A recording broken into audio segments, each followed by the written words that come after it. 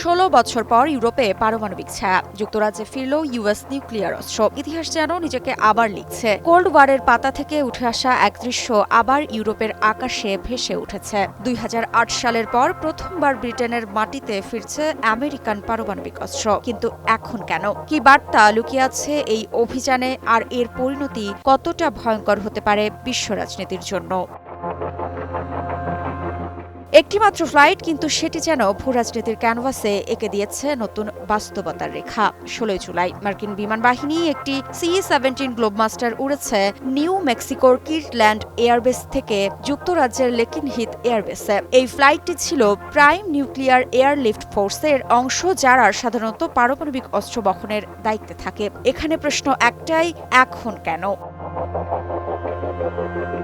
আন্তর্জাতিক বিশ্লেষকরা বলছেন এটি নিছক সামরিক স্থানান্তর নয়, এটি একটি রাজনৈতিক বার্তা, এবং বার্তাটি সরাসরি রাশিয়ার প্রেসিডেন্ট ভ্লাদিমির পুতিনের জন্য। প্রথমত, ন্যাটোর প্রতিরক্ষা ছায়ার নিচে আমেরিকা এখনও অটল। ইউক্রেন যুদ্ধের টানাপোড়েনের মধ্যে ওয়াশিংটন দেখাতে চাইছে ইউরোপে পারমাণবিক ছায়া হালকা হয়নি, বরং ঘন হয়েছে। দ্বিতীয়ত, যুক্তরাষ্ট্র শুধু ডিটারেন্স নয়, ফ্লেক্সিবল নিউক্লিয়ার অপশন তৈরি করেছে, বিশেষত নতুন B6112 থার্মোনিউক্লিয়ার বোমা, যা অত্যন্ত নিখুঁত ভেরিয়েবল ইয়েল্ড ক্ষমতা সম্পন্ন, অর্থাৎ ছোট সামরিক লক্ষ্য থেকে শুরু করে কৌশলগত আঘাত সবকিছুর জন্য উপযোগী।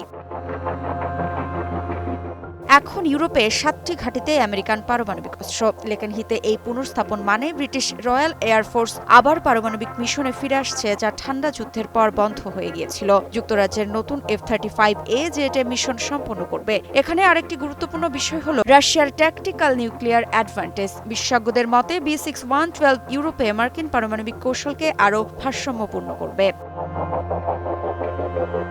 এটি শুধু সামরিক পদক্ষেপ নয়, এটি কূটনৈতিক দাবা খেলার একটি চাল। যুক্তরাষ্ট্র, ন্যাটো এবং যুক্তরাজ্য একসঙ্গে রাশিয়াকে বোঝাচ্ছে, আমরা পিছু হটিনি, বরং খেলার গুটি আরও শক্ত করেছি। কিন্তু এই পদক্ষেপ বাড়াবে উত্তেজনা নাকি স্বস্তি দেবে, এই প্রশ্ন থেকেই যাচ্ছে। কারণ ইতিহাস বলে, পারমাণবিক অস্ত্রের উপস্থিতি কখনো নিরাপত্তার নিশ্চয়তা দেয় না, বরং ঝুঁকিকে বাড়িয়ে তোলে বহুগুণ। বসুন্ধরা টিস্যু, অশুদ্ধতার বিরুদ্ধে এক বিন্দুও ছাড় নয়।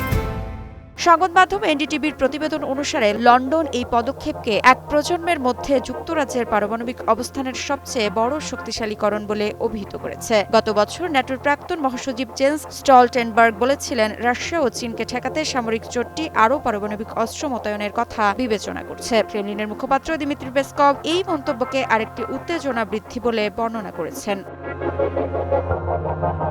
2008 সাল থেকে 2024 এই 16 বছর পর আবার ইউরোপের মাটিতে পারমাণবিক ছায়া। নিরাপত্তা না নতুন শীতল যুদ্ধের ইঙ্গিত, এর উত্তর লুকিয়ে ভবিষ্যতের কূটনীতিতে। কিন্তু এতটুকু নিশ্চিত, দাবার বোর্ডে হাতির চাল এখনও শেষ হয়নি। মৃত্তিকা সিনহা বিশ্বাস, নিউজ 24।